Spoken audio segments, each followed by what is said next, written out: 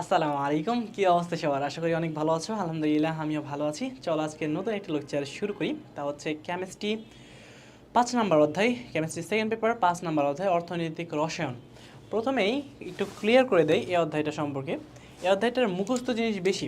আমি যে এই অধ্যায়ে তোমাকে জিনিসগুলো বুঝাবো, এই বোঝানোর জিনিসই কম। ধরো গ্যাস কোথায় কোথায় পাওয়া যায়, বাংলাদেশে গ্যাস ক্ষেত্র কয়টি, তো এখানে আমি তোমাকে কি বুঝাবো বলো? তো আমি তোমাকে জিনিসগুলো জানাই দিব, কী কী পড়তে হবে কী কী না পড়তে হবে, জিনিসগুলো কি এগুলো বুঝাই দিব। কয়েকটা জিনিস আছে যেগুলো বুঝার, এগুলো বুঝাই দিব আজকের এই লেকচারে, ঠিক আছে? তো চলো আজকে আমরা এই লেকচারটা শুরু করি, কেমন? ওকে, আশা করি তোমরা ভালো আছো, নিয়মিত ক্লাসগুলো করতেছো ভাইয়াদের। অনেক ডেডিকেশন দিয়ে করতেছো। তো তোমাদের সবার জন্য অনেক বেশি শুভকামনা।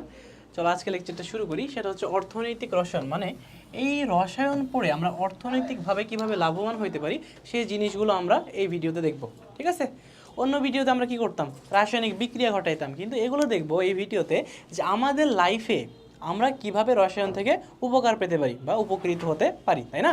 আচ্ছা, তাহলে প্রথমে আমাদের যে স্লাইডটা আছে সেটা হচ্ছে প্রাকৃতিক গ্যাস সম্পর্কে। প্রাকৃতিক গ্যাস হচ্ছে একটা জীবাশ্ম জ্বালানি। তোমরা কি জানো জীবাশ্ম জ্বালানি মানে কি? জীবাশ্ম জ্বালানি সম্পর্কে কোনো কি আইডিয়া আছে? এই প্রাকৃতিক গ্যাস হচ্ছে জীবাশ্ম জ্বালানি, যেগুলো হচ্ছে পৃথিবী ভূপৃষ্ঠের নিচে লক্ষ লক্ষ বছর ধরে কি হয়েছে, লক্ষ লক্ষ বছর ধরে চাপা পড়ে আছে। এই অতিরিক্ত চাপে তাপে এগুলো কিসে পরিণত হয়? জীবাশ্ম জ্বালানিতে পরিণত হয়। বড় বড় উদ্ভিদ, বড় বড় গাছপালা, এগুলো আগে যখন ভূমিকম্প হইতো তখন মাটির নিচে চলে যেত। এই মাটির নিচে যাওয়ার পরে এগুলো লক্ষ লক্ষ বছর এই মাটির নিচে অতিরিক্ত তাপে অতিরিক্ত চাপে সেগুলো পরিণত হয় জীবাশ্ম জ্বালানিতে। ক্লিয়ার? এবং সেটারই একটা অংশ হচ্ছে আমাদের গ্যাস। শুধু যে গ্যাসই আছে তা না, গ্যাসের পাশাপাশি পেট্রোলিয়াম জাতীয় অনেক পদার্থ এই মাটির নিচে পাওয়া যায়। ক্লিয়ার? ওকে, তাহলে দেখো ভূপৃষ্ঠ থেকে বিভিন্ন গভীরতায় এটা ডিপেন্ড করে, তোমার গভীরতাটা ডিপেন্ড করতেছে। এটা বিভিন্ন এক একটা এলাকায় এক রকম গভীরতায় তোমার প্রাকৃতিক গ্যাসটা পাওয়া যায়। ওকে, তারপরে শিলাস্তরের মধ্যে সঞ্চিত। আমরা কি জানি ভূমিকম্প কেন হয়? ভূমিকম্প হয় আমাদের ভূপৃষ্ঠের নিচে কি বিশাল বড় বড় শিলাখণ্ড আছে। ধরো ভূপৃষ্ঠের নিচে বিশাল বড় বড় শিলাখণ্ড আছে। এই শিলাখণ্ডগুলো যখন একটা আরেকটার সাথে হইতেছে যে কি লাগে, বাড়ি লাগে বা হইতেছে সংঘর্ষ হয়, তখন এই পৃথিবীটা একটু কেঁপে কেঁপে ওঠে, ঠিক আছে? আর ঢাকার যে অবস্থা, বিশেষ করে আমি যে হলে থাকি, একবার যদি ভূমিকম্প হয় ভাই আমার খুঁজে পাওয়া মুশকিল আছে। কারণ আমার বিল্ডিং হইতেছে তোমার আদিমকালের, বুঝছো? ঢাকা মেডিকেলের যে বিল্ডিংগুলো আছে বর্তমানে অবস্থা খুবই খারাপ। তো এই তো এই বিল্ডিংগুলো অনেক আগের, তো এখানে হলগুলোও অনেক আগের। তো এখানে ভূমিকম্প হইলে আমার দেখা যাচ্ছে যে বেঁচে থাকার সম্ভাবনা এটা আল্লাহ ভালো জানে কী হবে। তো যাই হোক, যেটা বলতেছিলাম ভূমিকম্পের কথা, সেটা হচ্ছে এই শিলাই শিলাই যখন সংঘর্ষ হয় ভাইয়া, তখন ভূমিকম্পের সৃষ্টি হয়, ঠিক আছে? এখন কথা হইতেছে, ধরো ভূমিকম্প হইলেও তো আগেকার যুগে কী হতো, ভূমিকম্প হয়ে মাটিও ফেটে যেত, তখন বড় বড় গাছ বড় বড় প্রাণী নিচে চলে যেত। তখন কি হয়, এই যে বড় বড় গাছ বড় বড় প্রাণী নিচে চলে গেল না পৃথিবী পৃষ্ঠের নিচে, তখন সেখান থেকে কি হয়, ওই পৃথিবী পৃষ্ঠের নিচে যখন চলে যায় তখন প্রচণ্ড পরিমাণ চাপ দেয়, প্রচণ্ড পরিমাণ তাপ উৎপন্ন হয়, এগুলোর মানে জীবাশ্ম জ্বালানি তৈরি হয়। এগুলো হইতেছে একটা অংশ হচ্ছে গ্যাস। তাহলে আসো দেখি পেট্রোলিয়াম। বললাম না গ্যাসের পাশাপাশি পাওয়া যায় গ্যাস, পাশাপাশি পাওয়া যায় কি পেট্রোলিয়াম, পাশাপাশি পাওয়া যায় পেট্রোলিয়াম। ওকে, এখন এই যে পেট্রোলিয়াম তেলের উপরিভাগ এবং পেট্রোলিয়াম তেলের উপরিভাগ অথবা পৃথকভাবে পেট্রোলিয়াম তেল থাকবে, তার উপরিভাগে থাকবে আমার এই গ্যাস, ঠিক আছে? তাহলে প্রাকৃতিক গ্যাস সাধারণত থাকবে উপরিভাগে। তাহলে মানে এটা আমরা শিওর হইতে পারতেছি, যেখানে আমার এটা পৃথকভাবে থাকতে পারে প্রাকৃতিক গ্যাস, আরেকটা হইতেছে তোমার পেট্রোলিয়ামের উপরিভাগে, অর্থাৎ পেট্রোলিয়াম যেখানে থাকবে তার উপরিভাগে গ্যাস থাকার সম্ভাবনা অনেকাংশেই রয়েছে, এবং যদি গ্যাস থাকে সেখানে পেট্রোলিয়াম থাকার সম্ভাবনা অনেকাংশে রয়েছে। বাংলাদেশের ক্ষেত্রে কি জানো, বাংলাদেশে এত পরিমাণ প্রাকৃতিক সম্পদ রয়েছে, কিন্তু আমরা সেগুলোকে উত্তোলন করার ক্ষমতা রাখি না। আমার ধরো প্রচুর পরিমাণ অর্থ সম্পদ, কিন্তু আমি সেগুলোকে যে সুন্দর করে ব্যবহার করব এই ক্ষমতাটা আমার নাই, সেজন্য আমরা গরিব, আমি গরিব, বুঝছো এটা? তাহলে কি হয়, বড় বড় দেশগুলো আমাদের দেশে আসে, তাদের যন্ত্রপাতি তাদের মেশিন সব কিছু মিলে তারা হইতেছে এই গ্যাসগুলো উত্তোলন করে, তারপর না আমরা পাই। তো ঠিক আছে, সেখানে অনেকগুলো খরচ সাধ্য এবং জিনিসগুলো অনেক বেশি হয়ে যায়। কিন্তু বাংলাদেশে যে পরিমাণ গ্যাস রয়েছে তুমি চিন্তা করতে পারবে না যে কী পরিমাণ গ্যাস রয়েছে এবং কী পরিমাণ গ্যাসের নিয়মিত অপচয় হয়। নিয়মিত নিয়মিত এগুলো আমরা হইতেছে সুন্দর করে রিজার্ভ করতে পারতেছি না, এগুলো অপচয় হইতেছে, ঠিক আছে? তো এগুলো আমাদের ব্যর্থতা। তো আসো ব্যর্থতার গল্প পিছনে রেখে সফলতার গল্প পড়ি। ভূগর্ভে অতি উচ্চ চাপে, প্রথমে যেটা বলছি অতি উচ্চ চাপে সঞ্চিত বিভিন্ন হাইড্রোকার্বনের মিশ্রণ, এটাই হইতেছে আমাদের প্রাকৃতিক গ্যাস। তাহলে তারপরে যেটা আছে, এ পর্যন্ত আবিষ্কৃত গ্যাস ক্ষেত্র হলো 27টি। তাহলে বাংলাদেশে কোথায়, এটা বাংলাদেশে। এখন বলো এ পর্যন্ত আবিষ্কৃত তোমার গ্যাসের ক্ষেত্র কয়টি? 27টি। আর একটা মনে রাখবো, বাংলাদেশে 28 প্রজাতির বাঁশ পাওয়া যায়, বা 28 প্রজাতির বাঁশ, 27 28 শুনে মনে পড়লো, বাংলাদেশে 28 প্রজাতির কি পাওয়া যায়? বাঁশ পাওয়া যায়। আর তোমার যেটা হইতেছে গ্যাস ক্ষেত্র, সেটা হইতেছে 27। ওকে, ক্লিয়ার? আচ্ছা, তারপরে বাংলাদেশ গ্যাসের পরিমাণ বিলিয়ন কিউবিক ফিট এককে দেখানো হয়। বাংলাদেশে মোট 23টি ব্লক, বা তাহলে বাংলাদেশে 23টি ব্লকে এবং 27টি কিসে, 27টি গ্যাস ক্ষেত্রে ভাগ করা হয়েছে। এবং ব্লক কয়টি ভাইয়া? 23টি ব্লক, 23টি। তাহলে আমাদের ব্লক হইতেছে কত? 23টা। আর তোমার গ্যাস ক্ষেত্র 27টা, মনে থাকবে? 27টা এটা হইতেছে গ্যাস ক্ষেত্র, আর 23টা ব্লক, ঠিক আছে? আর 28 প্রজাতির কি পাওয়া যায়? তোমার বাঁশ পাওয়া যায়। এই যে আলোচনা, সেটা কি সম্পর্কে? গ্যাস সম্পর্কে। ওকে, আচ্ছা, তারপরে যেটা আসি, প্রাকৃতিক গ্যাসের উপাদানের কথা যদি আসি, পৃথিবীর কোনো গ্যাস ক্ষেত্রে H2S বা হাইড্রোজেন সালফাইড, এটা গ্যাস থাকে না। এই গ্যাসটা কি করে? এই জিনিসটা H2S, এই উপাদানটা গ্যাসকে দুর্গন্ধযুক্ত করে, গ্যাসকে দুর্গন্ধযুক্ত করে। তো যেখানে এটা পাওয়া যায় না বা এর মান খুবই কম থাকে, তাকে সুইট গ্যাস বলা হয়। তাকে কি বলা হয়? Sweet gas. এর পরিমাণ 5.7 মিলিগ্রাম পার মিটার কিউব, এর চেয়ে কম হলে তাকে সুইট গ্যাস বলে, তাকে মিষ্টি গ্যাস বলে। আর বেশি থাকলে সাওয়ার বা টক, ঠিক আছে? এটা একটা নামকরণ। তাহলে যদি 5.7 এটার যদি কম থাকে মিলিগ্রাম পার মিটার কিউব, এর যদি কম থাকে H2S হাইড্রোজেন সালফাইড, তাহলে আমরা এটা বলবো সুইট, SWEET। আর যদি বেশি থাকে তাহলে বলবো আমরা সাওয়ার। কেমন? ক্লিয়ার? ওকে ভাইয়া। তারপরে দেখি, এখন প্রাকৃতিক গ্যাসের শ্রেণী বিভাগ আছে। প্রাকৃতিক গ্যাসের এটা 2টা শ্রেণী বিভাগ আছে। শ্রেণী বিভাগগুলো যদি আমরা খেয়াল করি, তাহলে আমরা দেখবো একটা হচ্ছে শুষ্ক প্রাকৃতিক গ্যাস এবং আরেকটা হচ্ছে আর্দ্র প্রাকৃতিক গ্যাস। শুষ্ক প্রাকৃতিক গ্যাস, শুষ্ক প্রকৃতির গ্যাসের নলকূপ পেট্রোলিয়ামে থাকে না, গ্যাসের নলকূপের পেট্রোলিয়াম থাকে না। সিলেটের রশিদপুরে প্রাকৃতিক গ্যাসে এই ধরনের 98% মিথেন থাকে। কিন্তু আর্দ্র যে প্রাকৃতিক গ্যাস আছে, প্রাকৃতিক গ্যাসের নলকূপের পেট্রোলিয়াম থাকে। নলকূপের এখানে পেট্রোলিয়াম, একটাতে পেট্রোলিয়াম থাকে, একটাতে পেট্রোলিয়াম সাথে থাকে না, ঠিক আছে? এটা হচ্ছে শুষ্ক আর আর্দ্র। মানে না থাকলেই, যদি সেটা থাকে তাহলে আর্দ্র, আর যদি না থাকে তাহলে শুষ্ক। যদি না থাকে তাহলে শুষ্ক। ধরো পানি, আমার পরিবেশে পানি কম, তার মানে আর্দ্রতার পরিমাণ কম। আমার পরিবেশে পানি বেশি, তার মানে আর্দ্রতার পরিমাণ বেশি। শীতকালে আর্দ্রতার পরিমাণ পরিবেশে কম থাকে, সেজন্য পরিবেশ থেকে কি করে, পরিবেশ আমাদের শরীর থেকে পানি শুষে নেয়, আমাদের ঠোঁট ফেটে যায়, সেজন্য আমরা ভেসলিন দিই, সেজন্য আমরা এগুলো ইউজ করি। কেমন? ওকে, যাই হোক। তারপরে প্রাকৃতিক গ্যাসের ব্যবহার, আসো ব্যবহার নিয়ে কথা বলি। ইউরিয়া সার তৈরিতে, ইউরিয়া একটা কি, তোমার নাইট্রোজেন জাতীয় যে প্রধান উপাদান, সেটা হইতেছে ইউরিয়া সার। এটা তৈরিতে, এই সার তৈরিতে যেটা ব্যবহার করা হয়, সেটা হচ্ছে প্রাকৃতিক গ্যাস মিথেন ব্যবহার করা হয়। আর প্রাকৃতিক গ্যাসের মেইন যে উপাদান, সেটা হচ্ছে মিথেন। আর এটা জ্বালানি হিসেবেও কাজ করে, প্রাকৃতিক গ্যাস জ্বালানি হিসেবে কাজ করে। কারণ আমরা জানি CH4 মিথেন, এটা যদি অক্সিজেনের সাথে সহযোগিতা আমরা বিক্রিয়া করি, তাহলে আমরা এখানে পাবো তোমার শক্তি পাবো। কি পাবো? শক্তি। এবং এটা যেন তেন শক্তি না, এটা পাবো আমরা তাপ শক্তি, এবং সাথে উৎপন্ন হবে কিছু কার্বন ডাইঅক্সাইড, ঠিক আছে? তো এই যে জিনিসগুলো, এবং হালকা একটু জলীয় বাষ্প, তো এই যে জিনিসগুলো আমরা দেখতেছি যে আমরা CH4 বা এই যে মিথেন অংশ, এই যে কি অংশ, মিথেন অংশ, এই মিথেন অংশকে কি করতেছি, দহন করে, মিথেনের দহন করে আমরা তাপ শক্তি পাইতেছি। মিথেন যে গ্যাস, সেটাকে আমরা দহন করে তাপ শক্তি পাইতেছি। সেজন্য বলা হলো যে প্রাকৃতিক গ্যাসের ব্যবহার জ্বালানি হিসেবেও রয়েছে। তাহলে প্রশ্ন যদি আসে, নিচের কোনটিকে প্রাকৃতিক গ্যাস হিসেবে ব্যবহার করা হয়? মিথেন। এবং মিথেন গ্যাস কি করা হয়? জ্বালানি আকারে ব্যবহার করা হয়। ক্লিয়ার?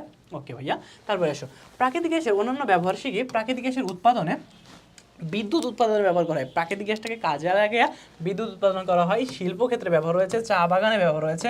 ইউরিয়া সার তো অলরেডি বলেছি, ভয়ানক ব্যবহার বাসা বাড়িতে জ্বালানি রূপে, এটা তো দেখাইলাম, বিক্রিয়া করে। তারপরে হাইড্রোজেন উৎপাদনে এবং গ্যাসোলিন তৈরিতে, ঠিক আছে? এই ধরনের এগুলোতে ব্যবহার রয়েছে। এগুলো হইতেছে প্রাকৃতিক গ্যাসের ব্যবহার। তো প্রাকৃতিক গ্যাসের ব্যবহার হচ্ছে বহুবিধ ব্যবহার, ঠিক আছে? বহুবিধ ব্যবহার প্রাকৃতিক গ্যাসের রয়েছে। এখন আসি প্রাকৃতিক গ্যাস সম্পর্কে, তো কথা বললাম না? এবার আসি যে সম্পর্কে কথা বলবো, সেটা হচ্ছে কয়লা। কেমন? সব কিছু ক্লিয়ার? ওকে। কয়লা। এখন কয়লার মধ্যে বিভিন্ন ভাগ আছে, একটা হচ্ছে পিট কয়লা, তারপরে হচ্ছে লিগনাইট কয়লা, বিটুমিনাস কয়লা, ঠিক আছে, এই যে এখানে দেওয়া আছে লিগনাইট, বিটুমিনাস, অ্যানথ্রাসাইট কয়লা। তো এইগুলো কয়লাতে কার্বনের পরিমাণ বিভিন্ন, এক একটা কয়লাতে কার্বনের পরিমাণ বিভিন্ন। তো যে কয়লায় কার্বনের পরিমাণ যত বেশি তার মান তত উন্নত। এগুলো একটু পরে দেখতেছি। বড় প্রক্রিয়ায় কয়লা খনি থেকে প্রতিদিন 650 টন, চিন্তা করছো, 1 টন 1000 কেজি, 1 টন ইকুয়াল হইতেছে আমাদের 1000 কেজি। তাহলে চিন্তা করছো বাবুরে, এখানে এত কেন রে ভাই, হ্যাঁ 1000 ইন্টু 650, ঠিক আছে, তার মানে হচ্ছে 650 111 এই পরিমাণ কেজি প্রতিদিন এখান থেকে উত্তোলন করা হয়। আচ্ছা, কয়লাকে ব্ল্যাক ডায়মন্ড বলা হয়, কয়লাকে ব্ল্যাক ডায়মন্ড বলা হয়। আচ্ছা, তোমাদের কাছে প্রশ্ন থাকলো চিংড়িকে কি বলা হয়? চিংড়ি, জিকের কোশ্চেন, চিংড়িকে কি বলা হয়? আচ্ছা, এটা তোমাদের কোশ্চেন, নিজেরা করবা। আচ্ছা, এখন বলো যে কয়লাকে কি বলা হয়? ব্ল্যাক ডায়মন্ড বলা হয়। আচ্ছা, চাপা পড়া উদ্ভিদের কয়লা রূপান্তরের প্রাথমিক রূপ হলো পিট কয়লা। চাপা পড়া উদ্ভিদের কয়লা মানে উদ্ভিদ একটা ছিল, সেটা চাপা পড়ছে, কিভাবে? ভূমিকম্পের ফলে উদ্ভিদ যখন চাপা পড়ছে তখন কয়লা রূপান্তরের প্রাথমিক রূপ হলো আমাদের পিট কয়লা। ক্লিয়ার? ওকে, হয়েছে এতটুকু? তারপরে আসো বাংলাদেশে কয়লার মান ব্যবহার। আমি যেটা বললাম যে কয়লার এটা মান নির্ভর করতেছে কার্বন সংখ্যা এখানে কেমন, ঠিক আছে। তো দেখো এখানে দেখতেছি আমরা পিট কয়লা আছে, দেখো ক্যালোরিমিফিক মান যেটা, সেটা হচ্ছে 11040। তো এখানে যেটা মনে রাখবা সেটা হইতেছে তোমার এই মানগুলো মুখস্থ করার প্রয়োজন নাই। এই মানগুলো কখনো তোমার ভর্তি পরীক্ষায় আসবে না, শুধু জানবা এই মানগুলো ভর্তি পরীক্ষায় জীবনে আসবে না, ঠিক আছে। আর্দ্রতা, তারপরে ফিক্সড কার্বন, এগুলো কখনো আসবে না, তাহলে এগুলো তোমার মুখস্থ করার দরকার নাই। তাহলে কি দেখবা? এই সব জিনিসগুলো দেখবা, আর ব্যবহার কোনটাতে কি আছে এই ব্যবহারগুলো দেখবা, এটা দেখলে ইনাফ, ঠিক আছে। তাহলে তোমার এই মানটা এগুলো দেখার তোমার দরকার নাই। তাহলে পিট কয়লার ব্যবহার কি? রেলওয়ে, লোকোমোটিভ ও বয়লারের জ্বালানি রূপে, মানে এই রেলওয়েতে তোমার এখানে লোকোমোটিভ রূপে এটা ব্যবহার করা হয়। আবার লিগনাইট কয়লার যদি কথা বলো তাহলে বিদ্যুৎ উৎপাদনে ও বয়লার জ্বালানি রূপে প্রডিউসার গ্যাস সম্পর্কে আজকের ভিডিওতেও কথা আছে একটু পরে। তাহলে আমরা এটা শুধু মনে রাখবো যে লিগনাইট গ্যাস এটা বিদ্যুৎ উৎপাদনে সহযোগিতা করতেছে, এবং বিটুমিনাস কয়লা বিদ্যুৎ উৎপাদনে, এবং অ্যানথ্রাসাইট ধোঁয়াবিহীন জ্বালানি রূপে তোমার অ্যানথ্রাসাইট কয়লা, ধোঁয়াবিহীন জ্বালানি কে সহযোগিতা করে? অ্যানথ্রাসাইট কয়লা, ঠিক আছে। আর বিটুমিনাস হইতেছে বিদ্যুৎ উৎপাদনে, বতে বিটুমিনাস। আর লিগনাইট কয়লাও কিন্তু বিদ্যুৎ উৎপাদনে সহযোগিতা করে থাকে। ক্লিয়ার? ওকে, তারপরে ক্যালোরিমিফিক মান দেওয়া আছে এখানে, এবং এই মানগুলোর মধ্যে দেখছি এই মানটা সবচেয়ে বড়, ঠিক আছে। আচ্ছা, কয়লার মান বিশ্লেষণে সালফার এবং ছাই কম, কার্বনের পরিমাণ বেশি থাকলে সেই কয়লার মান উন্নত। যে আমি বললাম একটু আগে, কার্বনের পরিমাণ যত বেশি থাকবে সেখানে তার কয়লার মান তত উন্নত থাকবে, এবং সালফারের পরিমাণ যত কম থাকবে এবং ছাই যত কম থাকবে সেখানে কয়লার মান তত উন্নত থাকবে। ক্লিয়ার?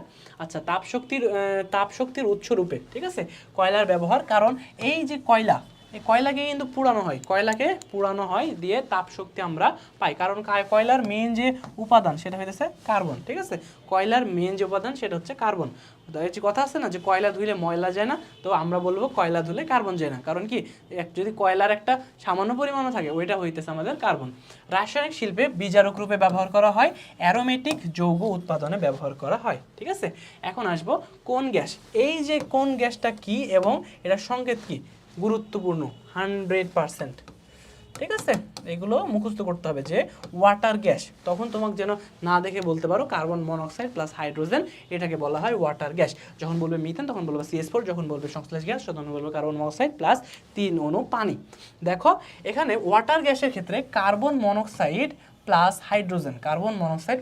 হাইড্রোজেন, এটা হচ্ছে ওয়াটার গ্যাসের সংকেত।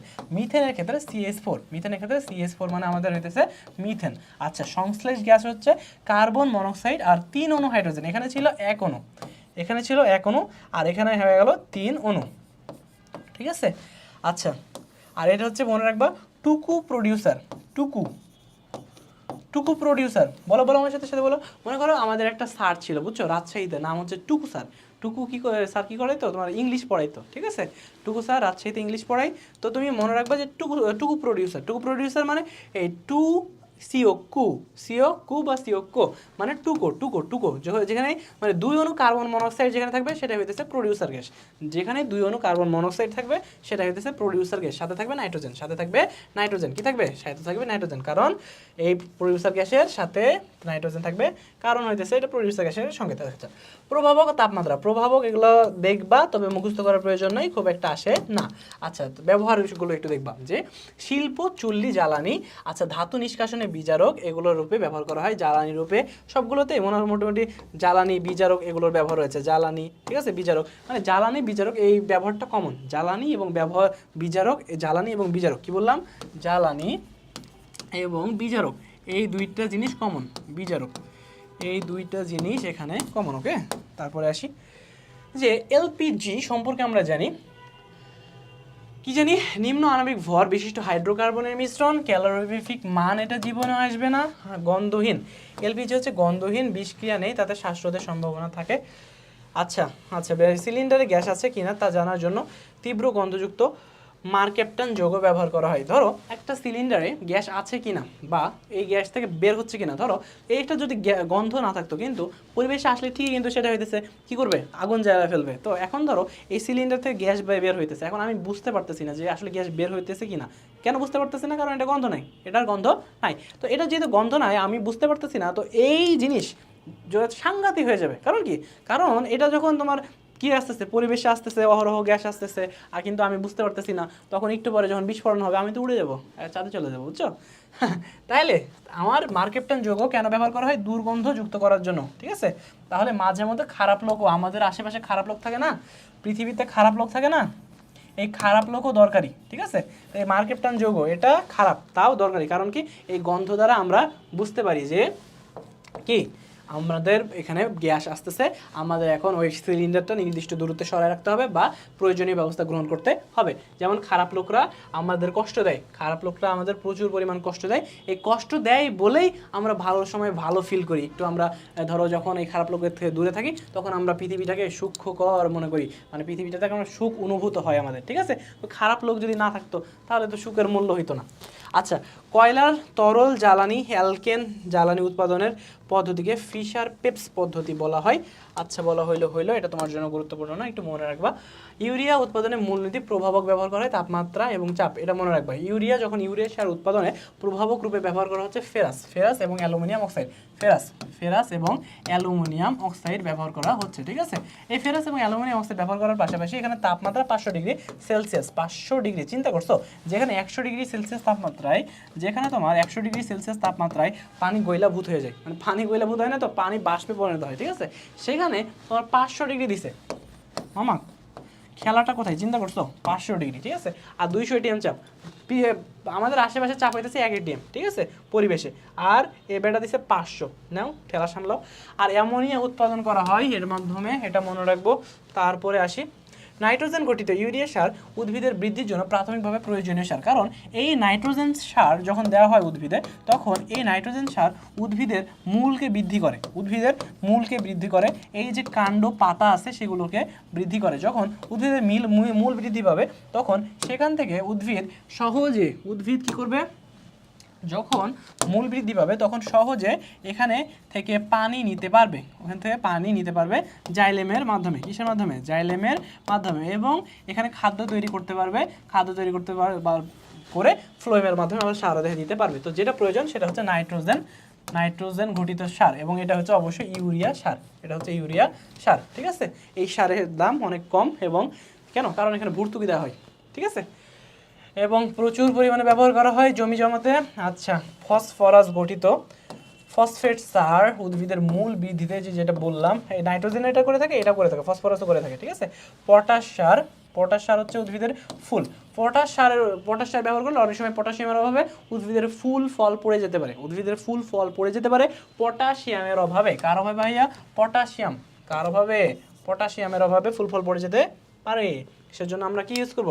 পটাশিয়াম বা পটাশ সার ইউজ করব, ঠিক আছে, আমরা পটাশ সার ইউজ করব। ওকে, আচ্ছা কাজ উৎপাদনের মূলনীতি, এটা নার্সিং ভর্তি পরীক্ষায় এসেছিল। কাজ উৎপাদনের মূলনীতি কি বা অ্যানিলিং, এটা কোন শিল্পের জন্য? এটা কাজ শিল্পের জন্য। আসো দেখি, রাসায়নিক গঠনভাবে সোডিয়াম ক্যালসিয়াম সিলিকেট নিয়তাকার কঠিন পদার্থ, কাচের কোনো নির্দিষ্ট সংযুক্তি নেই, যে এত পার্সেন্ট বা এত পার্সেন্ট থাকবে এরকম নির্দিষ্ট সংযুক্তি নাই।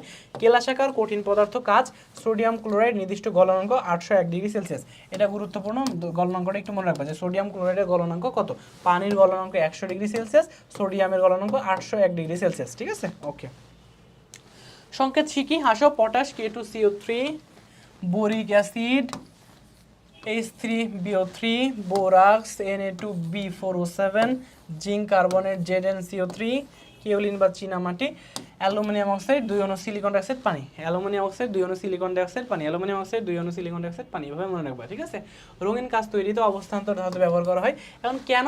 কারণ তোমার এই যে রঙিন কাঁচ তৈরিতে কেন অবস্থান্তর ধাতু ব্যবহার করা হইতেছে? কারণ শুধুমাত্র অবস্থান্তর ধাতুই রঙিন যৌগ গঠন করে। কি যৌগ? রঙিন যৌগ। আর যখন 3 নম্বর অধ্যায় পড়াইছিলাম, যখন আমি তোমাকে 3 নম্বর অধ্যায় পড়াইছিলাম, 3rd চ্যাপ্টার, তখন আমি তোমাকে বলছিলাম এই তোমার অবস্থান্তর ধাতু সম্পর্কে। এই অবস্থান্তর ধাতুগুলো হলো ডি ব্লকের। কোন ব্লকের? ডি ব্লকের। D block. এবং এই ডি ব্লকে যাদের অধপূর্ণ ইলেকট্রন বিদ্যমান, অর্থাৎ 1 থেকে 9 পর্যন্ত, যদি 1 থেকে 9 পর্যন্ত বিদ্যমান থাকে অধপূর্ণ অবস্থায়, তাহলেই সেগুলোকে, এবং কি হওয়ার পরে, আয়ন হওয়ার পরে, তাহলেই সেটা হচ্ছে আমাদের অবস্থান্তর মৌল। যেমন দেখো কপার, ফেরাস, ক্রোমিয়াম, এগুলো, নিকেল, এটাও। তোমাকে আমাকে বলছিলাম যে এই যে স্ক্যান্ডিয়াম 3+, তারপরে জিঙ্ক 2+, এগুলো ডি ব্লক মৌল নয়, ঠিক আছে। স্ক্যান্ডিয়াম 2+ আর জিঙ্ক 2, কি জিঙ্ক 2+, এটা কি না তোমার অবস্থান্তর মৌল না। কেন বলছিলাম? এটাও বলছিলাম, বলি নাই? পড়ো নাই ওইটা যে কেন বলছিলাম? দেখাইতে হবে। আচ্ছা একটু বলি, হ্যাঁ। জিঙ্কের ইলেকট্রন বিন্যাস করে আমরা দেখলাম 1s2, 2s2, 2p6, 3s2, 3p6, 4s2, 3d10। তো এটা হচ্ছে জিঙ্কের ইলেকট্রন বিন্যাস, যেখানে ইলেকট্রন আছে 30টা, কিন্তু জিঙ্ক যখন 2+ হয়, অর্থাৎ 2টা ইলেকট্রন ছেড়ে দেয়, যখন 2টা ইলেকট্রন ছেড়ে দেয় তখন সেই যে কক্ষপথ, সেখান থেকে 2টা ইলেকট্রন ছেড়ে চলে যায়, এখানে 3d10ই বিদ্যমান থাকে। তো এই আমাদের সূত্র ছিল যে লাস্ট যে শক্তি স্তর 3d, সেখানে কি হবে? অধপূর্ণ থাকবে, 1 থেকে 9টা ইলেকট্রন থাকবে, কিন্তু এখানে আছে কয়টা? 10-10। তার মানেই তোমার এটা আর অবস্থান্তর হবে না, ডি ব্লক হবে কিন্তু অবস্থান্তর হবে না, ঠিক আছে। বেশি কথা বলবো না, এতটুকুই। আচ্ছা, সিলিকা বালিতে ফেরাস অক্সাইড থাকলে উৎপন্ন কাঁচ সবুজ রঙের, এবং ফেরাস অক্সাইড থাকলে হলুদাভ রং হয়, ঠিক আছে। এটা একটু জেনে রাখবা, লাগবে না। গলিত কাঁচে আবদ্ধ গ্যাস বুদবুদ, কার্বন ডাইঅক্সাইড ও সালফার ডাইঅক্সাইড দূর করার জন্য এটা ব্যবহার করা হয় না। আচ্ছা, হইলো, ইম্পর্টেন্ট না। সফট গ্লাস বা সাধারণ কাঁচ বা সোডা বোতল তৈরিতে, হ্যাঁ, এই জিনিসগুলো একটু মনে রাখবো যে কোনটা কি তৈরিতে ব্যবহার করতে হচ্ছে। তাহলে সফট গ্লাস বা তোমার হচ্ছে সাধারণ গ্লাস হচ্ছে বোতল তৈরিতে ব্যবহার করা হয়। আর হার্ড গ্লাস তোমার বুলেট, পিপেট, বিকার, এগুলো শক্ত কাঁচ তৈরিতে ব্যবহার করা হয়। আর ফ্লিন্ট গ্লাস, এগুলো চশমার কাঁচ। ফ্লিন্ট বা অপটিক গ্লাস হচ্ছে চশমার গ্লাস বা বৈদ্যুতিক বাল্বের অপটিক যন্ত্রপাতি তৈরিতে ব্যবহার করা হয়। আর ক্রুক্স গ্লাস হইতেছে তোমার ইউভি রশ্মি প্রতিরোধ করে চশমার কাছে। আর অপাল গ্লাস হচ্ছে স্বচ্ছ কাঁচ, সেটা হইতেছে বাতির শেড তৈরিতে। অপাল বলো, অপাল বাতি বলো, অপাল বাতি মানে অপাল গ্লাস তোমার বাতির শেড তৈরিতে ব্যবহার করা হয়। আর সফট বোতল মনে রাখবা, সফট বোতল মানে সফট যে কাঁচ, সেটা বোতল তৈরিতে। আর হার্ড তোমার এগুলো হইতেছে পিপেট, বুলেট বা রাসায়নিক যেগুলোতে ব্যবহার করা হয়, ধরো টেস্ট টিউব, এই ধরনের জিনিসগুলো ব্যবহার করা হয়। আর ফ্লিন্ট গ্লাস বা অপটিক গ্লাস, এগুলো চশমার কাঁচ। ফ্লিন্ট চশমা, ঠিক আছে। ওকে, বিভিন্ন প্রকার কাঁচ। আচ্ছা, জেনা গ্লাস বা পাইরেক্স গ্লাস, জেনা গ্লাসকে বলা হয় পাইরেক্স গ্লাস। বোরোসিলিকেট গ্লাস, বিভিন্ন রাসায়নিক বিকারক যেগুলো বললাম তোমার পিপেট, বিকার, এগুলো তৈরিতে তোমার এই পাইরেক্স গ্লাস ব্যবহার করা হয়। এটাকে বলা হয় হার্ড গ্লাস। কি বলা হয়? হার্ড গ্লাস বা শক্ত গ্লাস, ঠিক আছে। হার্ড গ্লাস বা শক্ত গ্লাস। ওকে, এই জিনিসটা তো খুঁজতেছিলাম, তাই তো কই যে মামা কি রে, আমি লিখি মজা পাই না কেন। হ্যাঁ, শক্ত, ঠিক আছে। আচ্ছা, ফাইবার গ্লাস। আচ্ছা, এখানে ফাইবার গ্লাসগুলো ল্যামিনেটেড সেফটি গ্লাস, মোটর গাড়ির জানালার কাঁচ তৈরিতে ব্যবহার করা হয়। এটা অনেক শক্ত হয়, এটা অনেক শক্ত গ্লাস হয়। এবং কোলোরেড গ্লাস বা রঙিন কাঁচ তৈরিতে এটা ব্যবহার করা হয়। কাচের উপর নকশা তৈরিতে hydrogen fluoride, hydrogen fluoride, hydrofluoride acid ব্যবহার করা হয়। এইচএফ মনে রাখবা, এটা কিন্তু জিএফ না, এটা কিন্তু তোমার জিএফ না, এটা হচ্ছে এইচএফ, ঠিক আছে? এই এইচএফটা মনে রাখবা, ঠিক আছে? এইচএফ না জিএফ না এইচএফ, ঠিক আছে? ওকে, তাহলে আমি যদি বলি যে ডিজাইন তৈরিতে কাচের উপর আমি যে ডিজাইন করব, ধরো এখানে আমি ডিজাইন করব, এখন কী ব্যবহার করব? এখানে আমি এখন কি দেবো? জিএফ এর পরিবর্তে এইচএফ দিব। ওকে, কিছু সংকেতগুলো মনে রাখবা, কারণ সংকেত আসে, এই সংকেত 100%, সংকেত হচ্ছে 100% মুখস্থ করতেই হবে, ঠিক আছে? সিলিকন ডাইঅক্সাইড, ক্রায়োলাইট, 3 অণু, নাফ 3 অণু নাফ মানে সোডিয়াম ফ্লোরাইড, তারপরে অ্যালুমিনিয়াম আয়োডাইড এবং কি ফ্লোরিন, ঠিক আছে? ওকে, ম্যাগনেসাইট, তারপরে ডলোমাইট, মুলাইট, ক্রিপ্টোব্যালাইট, এগুলো সংকেত দেওয়া আছে। এই মুলাইটের সংকেত কিন্তু ভোলা যাবে না, ঠিক আছে? ওকে, একটা গান আছে না, ঠিক আছে? কি যেন কইতেছিলাম ভাই, কি যেন কইতেছিলাম, আমার তো মাথা ঠিক থাকে না। আচ্ছা, সছিদ্র পোড়া সিরামিককে বিস্কুট বলে। বিস্কুট ফায়ারিং গ্লেজিং করা হয় সিরামিক শিল্পে। সিরামিক সামগ্রীর গায়ে কি মসৃণ, এগুলো অতটা ইম্পর্টেন্ট না, শুধু জানবা। এই লেকচারগুলো সাজানো হয় যারা বেশি জানতে চায় তাদের জন্য, আবার আর যেগুলো চান্স পাইতে সহযোগিতা করবে সেগুলোর জন্য, ঠিক আছে? তো চান্স পাইতে কোনগুলো মানে আসবে, কোনগুলো গেলাম তো আমি বলে দিচ্ছি, আর যেগুলো অধিক যারা জানতে চাও তারা এগুলো পড়বা, কেমন?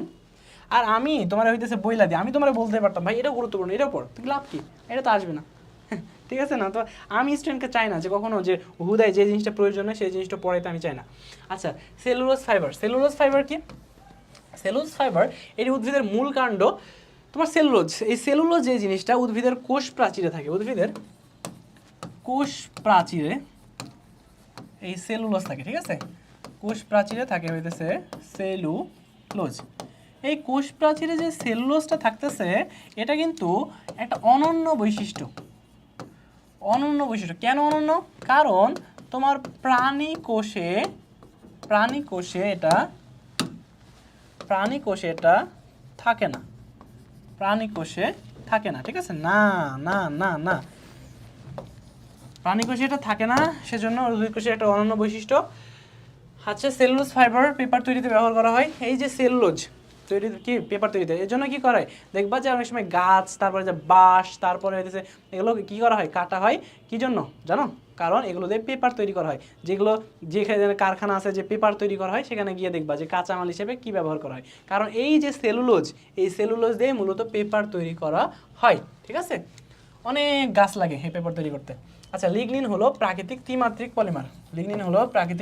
পলিমার, আর হেমিসেলুলোজ হলো এর পরিমাণ এত %। শুধু এটা মনে রাখবা, এটা গুরুত্বপূর্ণ অনেক, যে সেলুলোজ দ্বারা পেপার তৈরি করা হয়। এই সেলুলোজ দ্বারা পেপার তৈরি করা হইতেছে, হ্যাঁ? যে পেপারে আমরা রাইট বা লিখি, যে পেপারে আমরা লেখালেখি করি, এই জিনিসটা এখানে করা হয়, ঠিক আছে? ওকে, তাহলে পাল্প উৎপাদন হয় 3 পদ্ধতিতে। সালফেট পদ্ধতি, সালফাইড, সোডা পাল্প, এটা একটু মনে রাখবা। কর্ণফুলী পেপার মিলে ক্রাফট বা সালফাইড পদ্ধতি ব্যবহার করা হয়। সেলুলোজের উৎস বেলসাম জাতীয় নরম কাঠ। কুকিং লিকার, এটা হইতেছে আমাদের কুকিং লিকার, বাদামি বর্ণের পরিশ্রিত ব্ল্যাক লিকার বলে। আচ্ছা, 3 ধাপে কাগজ তৈরি করা হয়। কাগজ শিট তৈরি, বিটিং এবং রিফাইনিং। শুধু এই ধাপ মনে রাখবা যে এখানে 3 ধাপ। তোমার এই ধাপে কি হয়, এই ধাপে কি হয়, এগুলো লাগবে না, কারণ এগুলো তোমাকে বলতে হবে না যে বলো ভাইয়া বিটিং কি সম্পর্কে লেখো, এগুলো বলবে না, কারণ তোমার এমসিকিউ পরীক্ষা, ঠিক আছে? তোমার নার্সিং অ্যাডমিশন টেস্ট হচ্ছে এমসিকিউ। সাইজিং এজেন্ট, এটা লাগবে না। আর বিরঞ্জক, এটা লাগবে। বিরঞ্জক রূপে ক্যালসিয়াম, এই যে এটা, ঠিক আছে? CaOCl, হাইপোক্লোরাইট, ক্যালসিয়াম হাইপোক্লোরাইট ব্যবহার করা হয়। সিমেন্ট, পোর্টল্যান্ড সিমেন্ট, ক্ষয়রোধকারী সিমেন্ট, পলিওলানা এবং ক্যালসিয়াম অ্যালুমিনিয়ামেট, এগুলো ব্যবহার করা হয়। পোর্টল্যান্ড সিমেন্টের গুঁড়া পানির উপস্থিতিতে জমাট বেঁধে কঠিন পদার্থে পরিণত হয়, তাকে হাইড্রোলিক সিমেন্ট বলে। মানে এই জিনিসটা কি, তোমার এই পোর্টল্যান্ড সিমেন্ট তোমার পানি যখন দেওয়া হয় তখন এটা জমাট বেঁধে যায়, এটা কঠিন পদার্থে পরিণত হয়, তার জন্য একে হাইড্রোলিক সিমেন্ট বলে, বুঝছো? হাইড্রোলিক সিমেন্ট বলে। আচ্ছা, ক্যালকেরিয়াস পদার্থ চুন, এটা মনে রাখবা যে চুন এটা হইতেছে আমাদের লাইম, সোডা লাইম বলে না, এই তো লাইম। ক্যালসিয়াম অক্সাইড মনে রাখবা, ক্যালসিয়াম অক্সাইড খুবই গুরুত্বপূর্ণ, ক্যালসিয়াম অক্সাইড মানে হইতেছে চুন, ক্যালসিয়াম অক্সাইড মানে চুন। আর্জেলিয়াস পদার্থ সিলিয়া, অ্যালুমিনেট, ম্যাগনেসিয়াম অক্সাইড, এগুলো হচ্ছে আর্জেলিয়াস পদার্থ। আয়রন মুক্ত সিমেন্ট, আমার এগুলো হইতেছে তোমার বলে দিচ্ছি যে কোনটা পড়তে হবে কোনটা পড়তে হবে না, এই জিনিসগুলো বোঝানোর কিছু নাই। আমি তোমার কি বুঝাবো এখন? ক্যালসিয়াম সালফেট 2 অণু পানি, এটা কি বুঝাবো তোমার আমি? ক্যালসিয়াম সালফেট আর 2 অণু পানি, এটা হচ্ছে জিপসামের সংকেত। কিসের সংকেত? জিপসাম। এটা নার্সিংয়ের বিষয়, বিএসসিতে আসছিল এবং তোমরা যেটা পড়তেছো বিএসসির জন্য এই কোশ্চেনটা আসছিল, 100% গুরুত্বপূর্ণ, এটা মনে রাখবা। জিপসামের সংকেত কি? জিপসামের সংকেত কি? আরেকটা জিনিস, সিমেন্টের জমাট বাঁধা প্রক্রিয়াকে মন্থর করার জন্য জিপসামের কাজ। আবার বলি, সিমেন্ট তো বুঝো, সিমেন্ট আমাদের এই যে বাসা বাড়ি বিল্ডিং করা হয় না একটার পর একটা ইট দিয়ে, তো এই ইটগুলোকে অ্যাটাচড করার জন্য যেটা ব্যবহার করা হয় সেটা হইতেছে আমাদের সিমেন্ট। এখন কথা হচ্ছে এই সিমেন্টগুলো যেন তাড়াতাড়ি জমাট বেঁধে না যায় তার জন্য যেটা ব্যবহার করা হয় সেটা হইতেছে আমাদের জিপসাম। কি ব্যবহার করা হয় ভাইয়া? জিপসাম। এখন এই জিপসামের সংকেত কি? ক্যালসিয়াম সালফেট 2 অণু পানি, ক্যালসিয়াম সালফেটের সাথে 2 অণু পানি। আবার বলো, ক্যালসিয়াম সালফেটের সাথে 2 অণু পানি, ক্যালসিয়াম সালফেটের সাথে 2 অণু পানি, এই সংকেতটা হচ্ছে জিপসামের। এবং জিপসাম তোমার হইতেছে কি করে, তোমার এই সিমেন্ট যেটা আছে সেটা দ্রুত জমাট বাঁধতে দেয় না। কারণ ধরো এই এখন কথা হইতেছে ভাই সিমেন্ট তো জমাট বাঁধারই জিনিস ভাই রে, একটা আছে দ্রুত আর একটা আছে একটা নির্দিষ্ট পর্যায়ে গিয়ে। ধরো তুমি এই মশলা বুঝো, মশলা মানে হইতেছে রাজমিস্ত্রির কাছে যাই বলবো যে মশলা, তাহলে ও যেটা কি মিন করবে মশলা মানে হইতেছে যে তোমার বালি, তারপরে হইতেছে সিমেন্ট, ঠিক আছে, তারপরে হইতেছে পানি, তারপরে হইতেছে অনেক সময় ইটের গুঁড়া বা অনেক অঞ্চলে বলে খোয়া, ঠিক আছে। এই জিনিসগুলো একসাথে যখন মিক্সচার করা হয়, একসাথে মাখানো হয় সুন্দর করে নিয়ে, এই জিনিসগুলোর নাম মশলা, বুঝছো? রাজমিস্ত্রিদের মুখের ভাষায় এটার নাম হচ্ছে মশলা। তো এই যে মশলা তৈরি করলাম সিমেন্ট দিয়ে, এখন এটা তো আমার একটা সময় লাগবে রে ভাই, মশলা তো আমি তৈরি করছি, এখন তো আমার কাজ করতে হবে 2 ঘন্টা 3 ঘন্টা 5 ঘন্টা 8 ঘন্টা আমার সময় লাগবে। যে মশলা তৈরি করছি আমার দিয়ে ওটা কি করতে হবে, ওই মশলা দিয়ে আমি এখন কাজ করব, ইট গাঁথবো বা ইটের উপর ওটা দিব, আর একটা ইট দিব, ঠিক আছে। এখন ধরো আমি মশলা করছি আর সাথে সাথে মশলা গেছে জমাট বাইধা, আমি সব কিছু মিক্সচার করছি, একটার ভিতরে একটা দিয়ে একটার ভিতরে একটা দিয়ে মিক্সচার করছি, কি দিই? এই তো এই বালি সিমেন্ট এগুলো দিয়ে। এখন এই একটা ইট এর মধ্যে মশলা দিব, তারপর আরেকটা ইট দিব, যেন এটার পর এটা দিয়ে আমি বিল্ডিং তৈরি করতে পারি। এখন দেখতেছি মামা যে মশলাটা আমি বানাইছি ওই মশলাটা জমাট বাইধা গেছে, ওই শক্ত হয়ে গেছে, তাহলে কি একটার উপর আরেকটা দিলে থাকবে না, কারণ কি ও নিজেই শক্ত হয়ে গেছে, ও এই দুইটাকে আর কি ধরে রাখবে, বুঝছো? তো এই জিনিসটাকে, এই যে প্রক্রিয়া এটাকে মন্থর করবে, অর্থাৎ যেন জমাট যেন না বাঁধে এই প্রক্রিয়াটাকে মন্থর করবে বা ধীর করবে কে? এই জিপসাম। কে করবে ভাইয়া? এই জিপসাম দেওয়ার ফলে সিমেন্টের দ্রুত জমাট বাঁধা রোধ হয় এবং একটা নির্দিষ্ট পর্যায়ে গিয়ে তোমার কি হয়, জমাট বাঁধে এবং রাজমিস্ত্রি একটা কাজ করার সময় পায়, সিমেন্টগুলোকে ইউজ করার সময় পায়। এটা যদি না হইতো, তাড়াতাড়ি যদি জমাট বাঁধতে যেত তাহলে তোমার আকাম হয়ে যেত, কারণ এই মশলা তৈরি করতো রাজমিস্ত্রি আর দ্রুত জমাট বাইধা ওই মশলাগুলো নষ্ট হয়ে যেত, ওগুলো বিল্ডিং তৈরি করা যেত না। ক্লিয়ার? ওকে, তারপর আসো চামড়া শিল্প, প্রিটিনিং বা বিং হাউস প্রক্রিয়া। আচ্ছা, তাই এটা একটা কিউরিং হচ্ছে সোডিয়াম ক্লোরাইড দ্বারা সাকিং, পানিতে ভেজানো, লাইমিং বা চুন সংযোগ, তারপরে চুন দূরীকরণ, বেটিং, পিকলিং, এগুলো শুধু নামগুলো হালকা একটু দেখবা। বিভিন্ন দূষক পদার্থ আছে এখানে। চামড়া শিল্পে যদি দূষক পদার্থের কথা বলো তাহলে চামড়া শিল্পে পোলট্রি ফুড, হাঁস মুরগি খাদ্যরূপে ব্যবহার করে ক্রোমিয়াম, এই যে ক্রোমিয়াম আছে না, ক্রোমিয়াম দূষণ, আর্সেনিক দূষণ, এগুলো অনেক রকমের দূষণ আছে যেগুলো প্রথম অধ্যায়ে পড়ানো হবে, এই সেকেন্ড পেপারে ফার্স্ট চ্যাপ্টারে এগুলো পড়ানো হবে। বায়ু দূষণ কৌশলের মূলনীতি, প্রভাবকীয় রূপান্তর, দূষণ, গ্যাস দ্রবীভূতকরণ, সূক্ষ্ম চাকরি পদ্ধতি। তাহলে মূলনীতি কয়টা? 3টা, এই জিনিসটা আমরা মনে রাখবো। ইটিপির কার্যপ্রণালী মূলনীতি 3টা, তড়িৎ বিশ্লেষণ প্রক্রিয়া, প্রভাবন প্রক্রিয়া, জীব প্রযুক্তির প্রয়োগ। এখন তোমার এটা বোঝার দরকার নেই যে প্রভাবন প্রক্রিয়া কি, এখন বলতে পারো যে ভাই বোঝাবেন না কেন, কারণ এটা তোমার আসবে না, ঠিক আছে। ওকে, আয়রন রিসাইক্লিং প্রক্রিয়ায় 3 ধরনের চুল্লি ব্যবহার করা হয়, একটা হচ্ছে ইলেকট্রিক আর্ক প্যানেল আর হচ্ছে ব্লাস্ট ফার্নেস। ওকে, 100% রিসাইক্লিংযোগ্য ধাতুকে পার বা তামা কাচ। আচ্ছা, বক্সাইটের ইয়াটা গুরুত্বপূর্ণ, বক্সাইট আর কপার পাইরেটস, এটার যে তোমার সংকেত এটা গুরুত্বপূর্ণ। কাগজ রিসাইক্লিং, এগুলো 3 ধাপে হয়ে থাকে এবং গ্রিনহাউস গ্যাস কার্বন ডাইঅক্সাইড এটা ইম্পর্টেন্ট। গ্রিন হাউস গ্যাস, প্রধান গ্রিন হাউস গ্যাস হচ্ছে আমাদের কার্বন ডাই অক্সাইড। প্রধান গ্রিন হাউস গ্যাস হচ্ছে carbon die oxide. Nano particle, nano মানে কি, 1 ন্যানোমিটার মানে 10⁻⁹ মিটার। ওকে, ন্যানো পার্টিকেল এগুলো গেল। মানুষের একটি চুলের ব্যাস এত, তোমার এই চুলের ব্যাস জীবনে আসবে না, ঠিক আছে, হুদেই দিয়ে রাখছে, হুদেই না দিয়ে রাখছে জানার জন্য। হাইড্রোজেন এর পারমাণবিক ব্যাসার্ধ এত, সিজিএম এর এত, সিজিএম এর এত, এগুলো একটা আসবে না। আচ্ছা, ন্যানো পার্টিকেলের বৈশিষ্ট্য, ইউভি রশ্মিতে ন্যানোকণা পার্টিকেল দৃশ্যমান হয়। তাহলে কোন রশ্মিতে ন্যানোকণা দৃশ্যমান হয়? ইউভি রশ্মিতে। কোন রশ্মিতে ভাইয়া? ইউভি রশ্মিতে ন্যানোকণা পার্টিকেল দৃশ্যমান হয়। কোন রশ্মিতে দৃশ্যমান হয় ভাইয়া? ইউভি রশ্মিতে। আর দৃশ্যমান আলোতে ন্যানোকণা খালি চোখে দেখা যায় না। দৃশ্যমান আলোতে, দৃশ্যমান আলো কত বলছি? 380 ন্যানোমিটার থেকে 780 ন্যানোমিটার যেটা আছে সেটা হচ্ছে আমাদের ন্যানোমিটার, সেটা হচ্ছে আমাদের দৃশ্যমান দৃশ্যমান কণার তরঙ্গ দৈর্ঘ্য। দৃশ্যমান কণার তরঙ্গ দৈর্ঘ্য অর্থাৎ এই রেঞ্জের যদি আমাদের চোখে এসে পড়ে, এই রঙের কণা যদি চোখে এসে পড়ে তাহলে আমরা সেটাকে দেখতে পাই, তাহলে এটাতে দেখা যায় না। আচ্ছা, এখন আসে আকার আকৃতি সম্পর্কে। কার্বন ডাইঅক্সাইড, কার্বন ডাইঅক্সাইডের জিনিসটা দেখো যে এই জিনিসটা কি হয়েছে, এটা বলতে রৈখিক, মানে এটার বিষয়টা কি, এটা আসলে হালকা একটু ইলেকট্রন বিন্যাস করি। কার্বনের ক্ষেত্রে যদি আমরা একটু দেখার চেষ্টা করি তাহলে আমরা এখানে দেখতে পাবো যে কার্বন ডাইঅক্সাইড এটা হইতেছে কার্বন 6 1s2 2s2 2p2। এখন এখানে আমরা একটা জিনিস দেখতেছি, তা হচ্ছে তার সর্বশেষ শক্তি স্তরে ইলেকট্রন আছে কয়টা? ইলেকট্রন আছে 4টা, এর জন্য কার্বনের যোজনী হচ্ছে 4, ঠিক আছে। এখন অক্সিজেনের ক্ষেত্রে দেখব, অক্সিজেনের সর্বশেষ শক্তি স্তরে ইলেকট্রন আছে তোমার, এই তো দেখো, এই যে অরবিটাল উপশক্তি স্তর, এখানে ইলেকট্রন আছে 4টা, তার মানে ফাঁকা আছে 2টা, তার মানে ফাঁকা আছে 2টা। এখন এটা কি করবে, এই কার্বন আর এই অক্সিজেন, কার্বন আর এই অক্সিজেন বন্ধন গঠন করবে কিভাবে? এই কার্বনের 4টা হাত, চারপাশে 4টা ছিল না, এখানে এখন 2টা হাত দিয়ে অক্সিজেনকে ধরবে আর এই 2টা হাত দিয়ে অক্সিজেনকে ধরবে, অর্থাৎ একটা কার্বন 2টা অক্সিজেনকে ধরতেছে, একটা কার্বন 2টা অক্সিজেনকে ধরতেছে। তো এই জিনিসটাই হইতেছে কার্বন ডাইঅক্সাইডের গঠন। তাহলে এটার আকৃতি কেমন? সরল রৈখিক। এটা আকৃতি কেমন? রৈখিক বা সরল রৈখিক। কার্বন ডাইঅক্সাইডের আকৃতি সরল রৈখিক। কেমন? কার্বন ডাইঅক্সাইডের আকৃতি হচ্ছে আমাদের সরল রৈখিক। ওকে, আচ্ছা, এখন আসো পানির ক্ষেত্রে। পানিতে কি হয়, এটা হচ্ছে অক্সিজেন, অক্সিজেন 2টা হাইড্রোজেনকে এভাবে ধরে, এভাবে একটা, এভাবে একটা।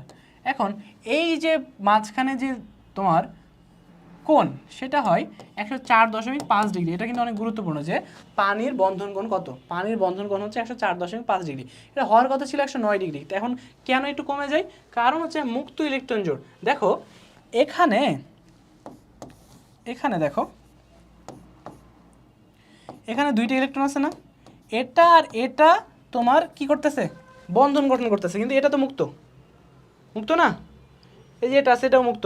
এখন কথা হইতেছে এই মুক্ত যে ইলেকট্রন জোড় আছে এখানে, এই মুক্ত ইলেকট্রন জোড়গুলো এগুলো চাপ দেয়, বেটা সর, বেটা সর মানে সরায় দেয়, বুঝছো?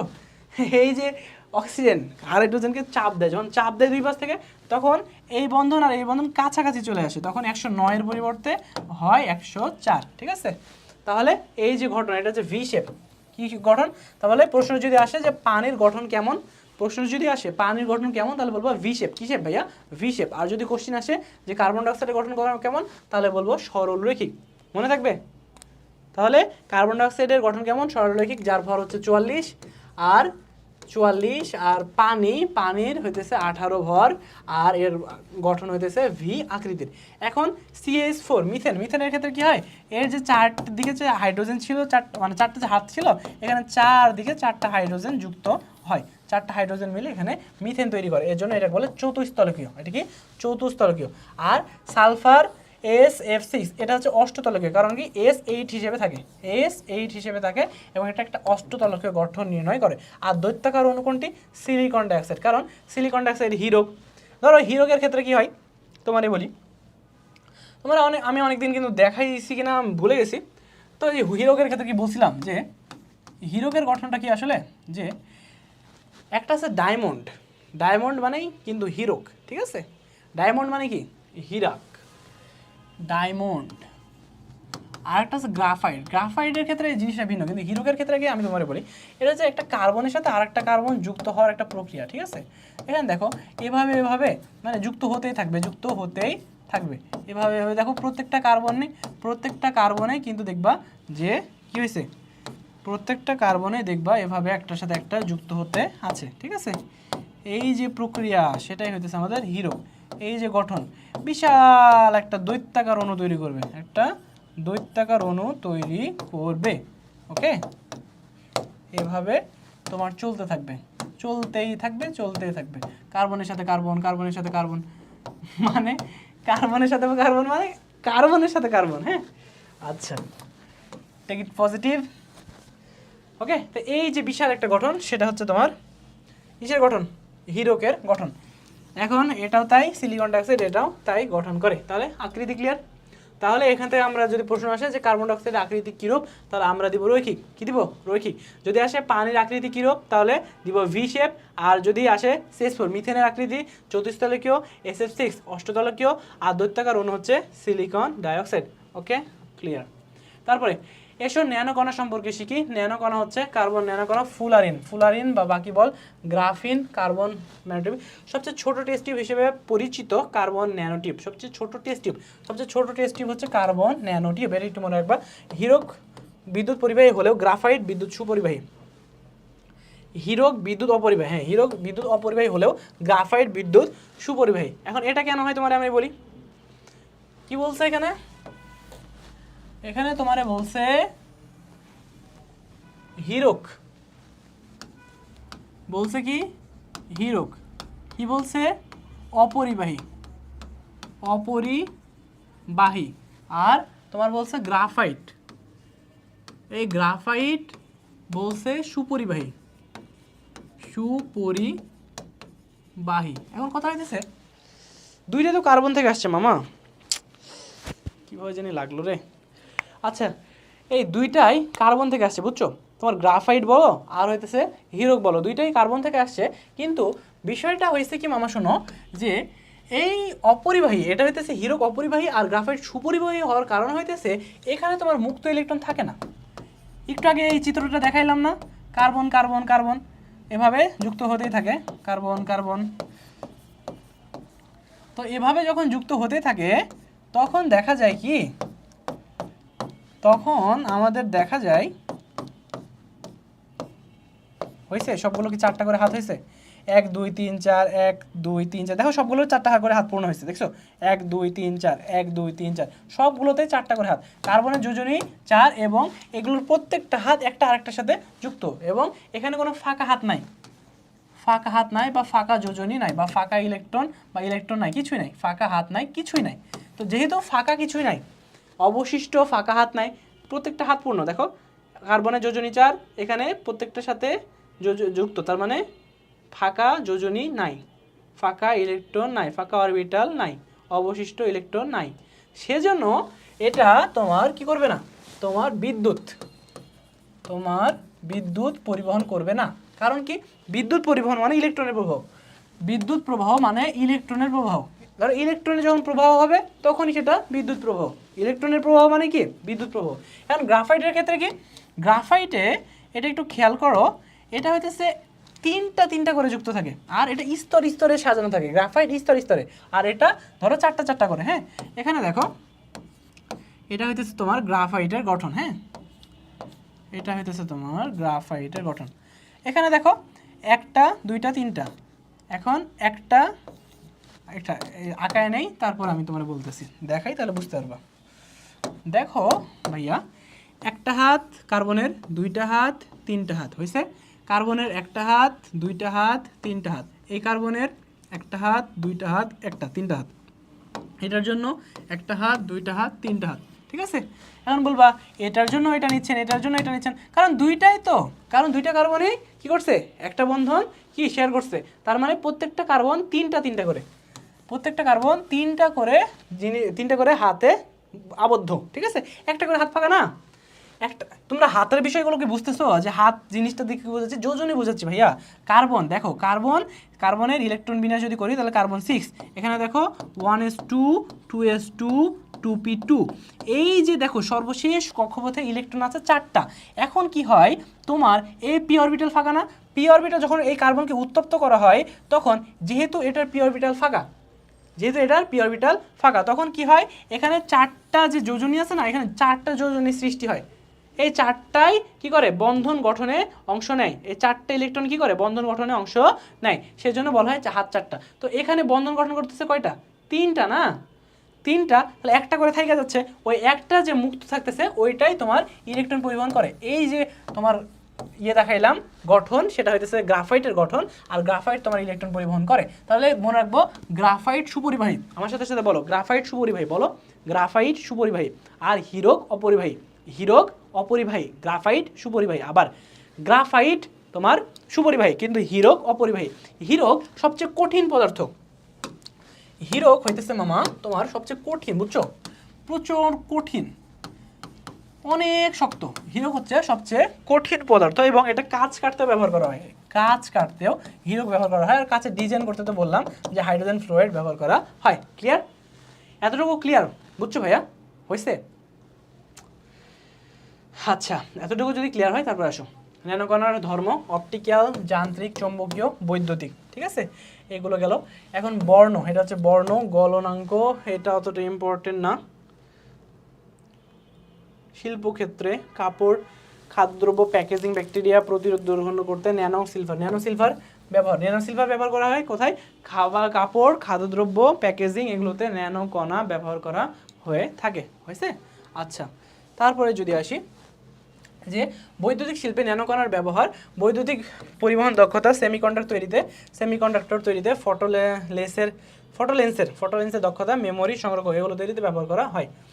আচ্ছা, সানস্ক্রিন লোশন, মনে রাখবা সানস্ক্রিন লোশনে জিঙ্ক অক্সাইড এবং TiO2 এই ন্যানোকণা ব্যবহার করা হয়, কারণ জিঙ্ক অক্সাইড এটা তোমার এই সূর্য থেকে যে ক্ষতিকর রে আসে সেগুলোতে প্রোটেক্ট করতে সহযোগিতা করে। এমআরআই কন্ট্রাস্ট এজেন্ট, এমআরআই মানে কি? Magnetic resonance imaging. এমআরআই মানে হচ্ছে ফুল ফর্ম আসবে, এটা একবার আসছিল ম্যাগনেটিক, পরীক্ষায় আসবে, নার্সিং অ্যাডমিশন টেস্টে আসবে 25-26, যে বলো এমআরআই এর ফুল ফর্ম কি? তখন বলবো ম্যাগনেটিক রেজোনেন্স ইমেজিং। ঠিক আছে, ইমেজিং। এখন এই ম্যাগনেটিক রেজোনেন্স ইমেজিং এখানে তোমার ব্যবহার করা যায় এনএমআর, ঠিক আছে, বা হাইড্রোজেন আয়ন ব্যবহার করা হয়, ঠিক আছে। আচ্ছা, তো এগুলো পড়বার সমস্যা নাই।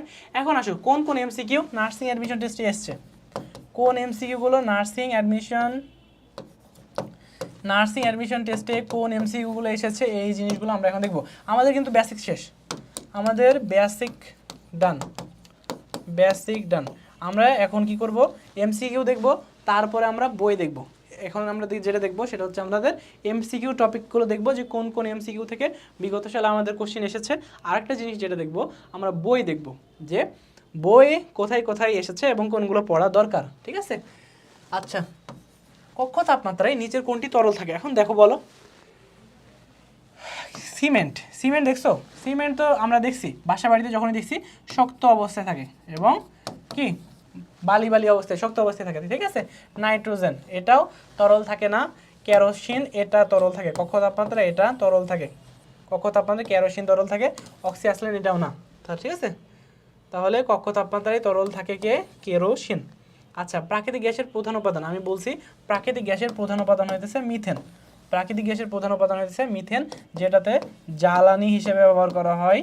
এবং এটা যদি ভর জিজ্ঞেস করে তাহলে কার্বন 6 12 প্লাস হইতেছে 4টা হাইড্রোজেন 4 ইকুয়াল ভর হচ্ছে 16। ঠিক আছে, এটা এবং কার্বন এটা দ্বারা কি পাওয়া যায়? শক্তি পাওয়া যায়। আর এই শক্তিটা হইতেছে আমাদের তাপ শক্তি। কি শক্তি? তাপ শক্তি। কার্বন ডাইঅক্সাইডকে দহন করে পরিবেশে কার্বন ডাইঅক্সাইড আসে এবং এই কার্বন ডাইঅক্সাইড বা প্রাকৃতিক গ্যাসকে ব্যবহার করে তোমার সার তৈরি করা হয়। কোন সার? নাইট্রোজেন সার ব্যবহার করা হয়। নাইট্রোজেন সার না, ইউরিয়া।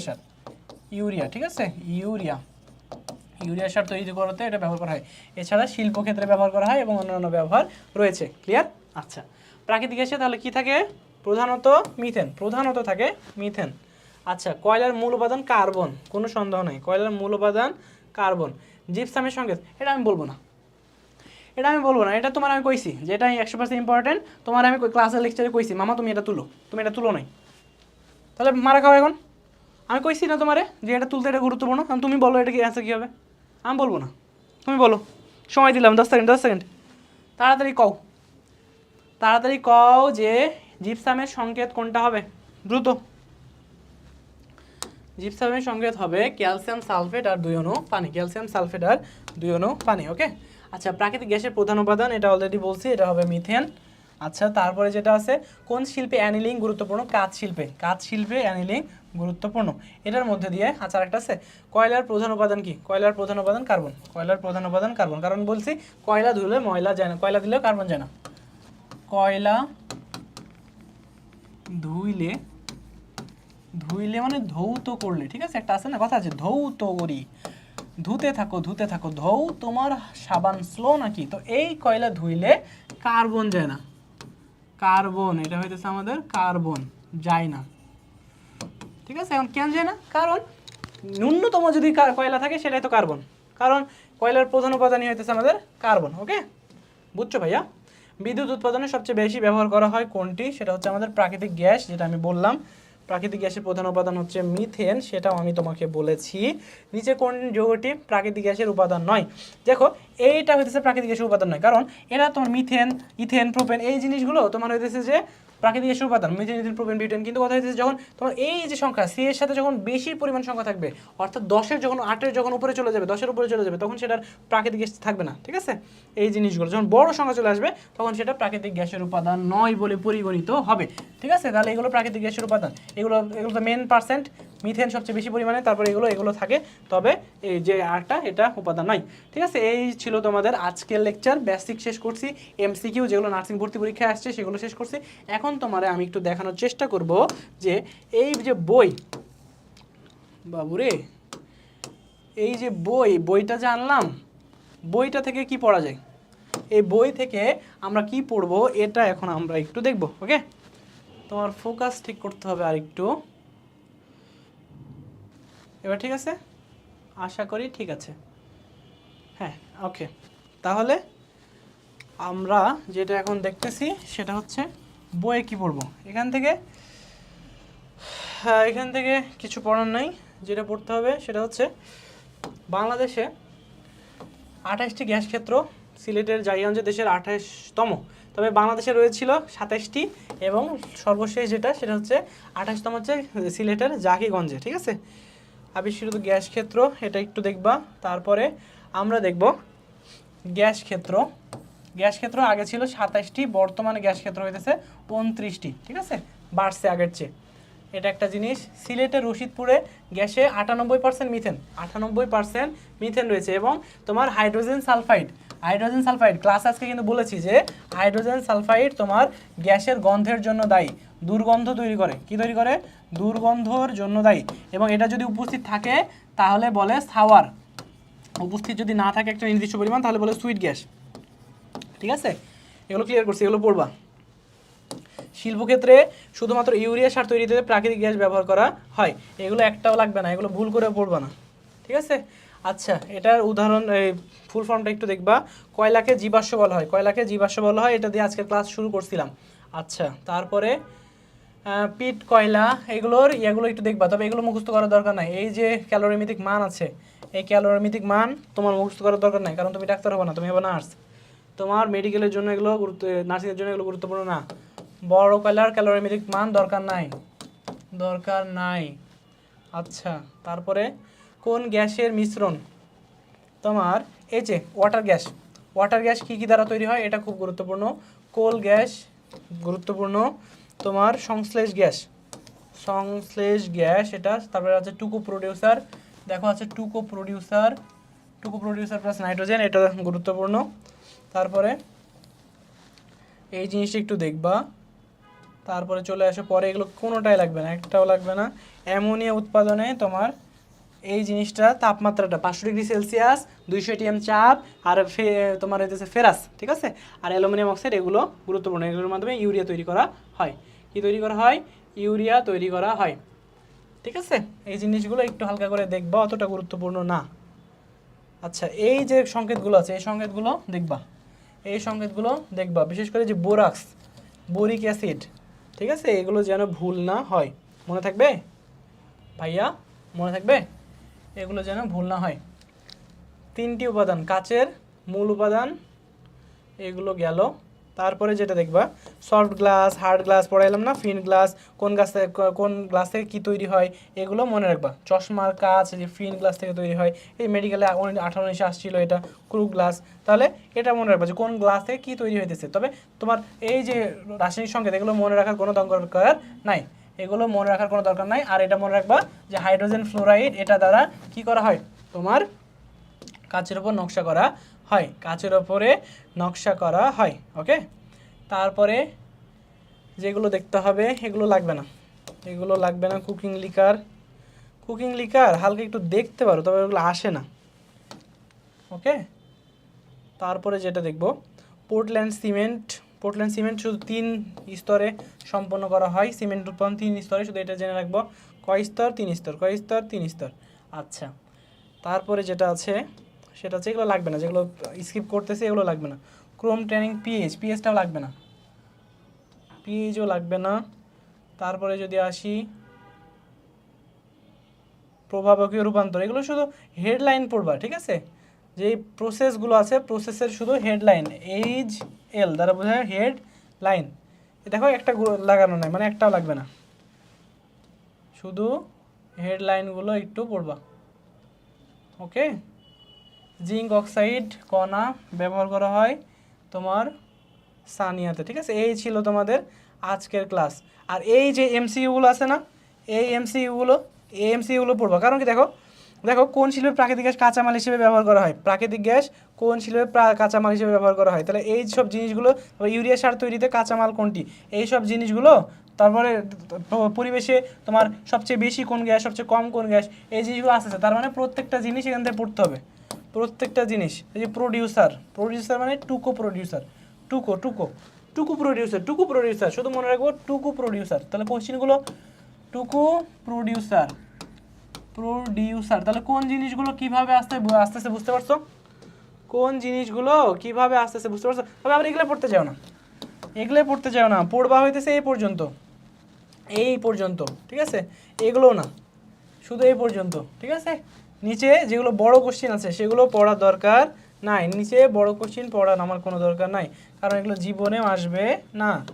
আর এখানে অ্যান্সার দেওয়া আছে, ঠিক আছে, এই অ্যান্সার দেওয়া আছে, এখান থেকে নিয়ে ওই বইগুলো ওগুলো পড়বা।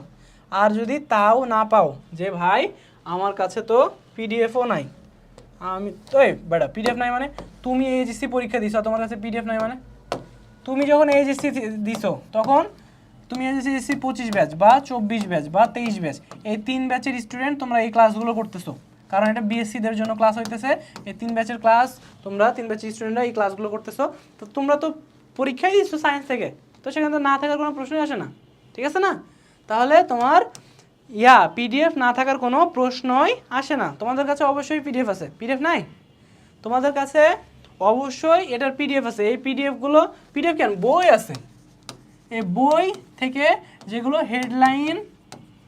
হেডলাইনগুলো পড়বো এবং যেগুলো দেখাই দিচ্ছে এগুলো পড়বো। কারণ নার্সিং ভর্তি পরীক্ষায় গভীর থেকে কোশ্চেন আসে না, এবং যারা কোশ্চেন করবে তারা বই ঘেটে ঘেটে ঘেটে ঘেটে অত সময় নাই ভাই। নিবে অনুশীলনী, যেটা চোখে ভালো লাগতেছে দিয়ে দিল, কিছু কোশ্চেন আছে বইয়ের ভিতর থেকে দিল, কিন্তু বেশিরভাগ কোশ্চেন তোমার অনুশীলনী থেকে হবে। তো অনুশীলনী যেন মিস না যায়, বারবার বলতেছি, তাও যদি মিস করো তাহলে আর কিছু করার নাই। অনুশীলনী, অনুশীলনী যেটা আছে না, সেটার জন্য মিস না যায়, কেমন, এই অনুশীলনী মিস করবা না, চান্স হবে ইনশাল্লাহ, চান্স হবে ইনশাল্লাহ, ঠিক আছে। আচ্ছা, তো পড়তে থাকো এভাবে। তোমাদের আজকে রসায়নের 5ম অধ্যায় এটা শেষ হয়ে গেল। আর যে কোশ্চেনগুলো দেখাইলাম, কোশ্চেনগুলো দেখাইছি না, কোনগুলো আসছে নার্সিং অ্যাডমিশন টেস্টে, দেখাইছি তো ভাই। এই যে কোশ্চেনগুলো আসছে, এই কোশ্চেনগুলো দেখো কী ধরনের কোশ্চেন আসছে। এগুলো কি তোমার কয়লার মূল উপাদান কি, এখন তোমার কি এখানে কি অনেক বড় কোশ্চেন, এটা কয়লার মূল উপাদান কি, এটা তো কার্বন, এটা সবাই জানে। এই যে জিপসামের সংকেত কি, তোমার আমি বলছি না ওইটা গুরুত্বপূর্ণ, তোমার আরও সংকেত বলছি যেগুলো গুরুত্বপূর্ণ, তাহলে তুমি ওগুলো পড়বা। ক্যালসিয়াম সালফেট 2 পানি, ঠিক আছে, যেগুলো বলছি যেভাবে বলছি সেটা পড়বা। যে প্রাকৃতিক গ্যাসের প্রধান উপাদান কোনটি, এখন এই জিনিসটাই আসছে, এই জিনিসটা আবার ঘুরে আবার আসছে, তাহলে এই যে অ্যালিলিং কোন শিল্পে গুরুত্বপূর্ণ? কাজ শিল্পে। তো এগুলো কি তোমার অনুশীলনীতে নাই?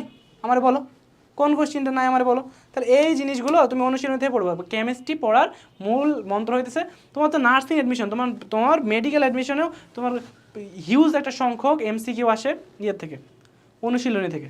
নাহলে বইয়ের ব্যবসা হবে? বুঝো না পোলাপান। আচ্ছা যাই হোক, তো ওগুলো বুঝবা না, তুমি হইতেছে ইয়ে করবা, অনুশীলনী পড়বা, ঠিক আছে?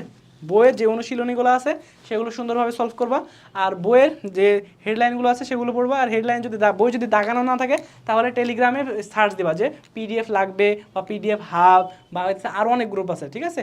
তো এই গ্রুপগুলোতে টেলিগ্রামে ফ্রি পিডিএফ পাওয়া যায়। যে পিডিএফটা আজকে দেখালাম এটাও আমি ওখান থেকে নিছি, ঠিক আছে? এটা আমি নিজে দাগাই নাই। তো এই জন্যই দেখলাম যে অনেক কিছু স্কিপ করে গেছি দাগানোর সাথে, কারণ ওগুলো দেখলাম যে এটা গুরুত্বপূর্ণ না, ঠিক আছে? আচ্ছা, তো ঠিক আছে ভাইয়া আপুরা, অনেক ভালো থাকো, দেখা হবে নেক্সট ভিডিওতে। সবাই সুন্দর মতো পড়াশোনা করো, আসি, আল্লাহ হাফেজ, টাটা।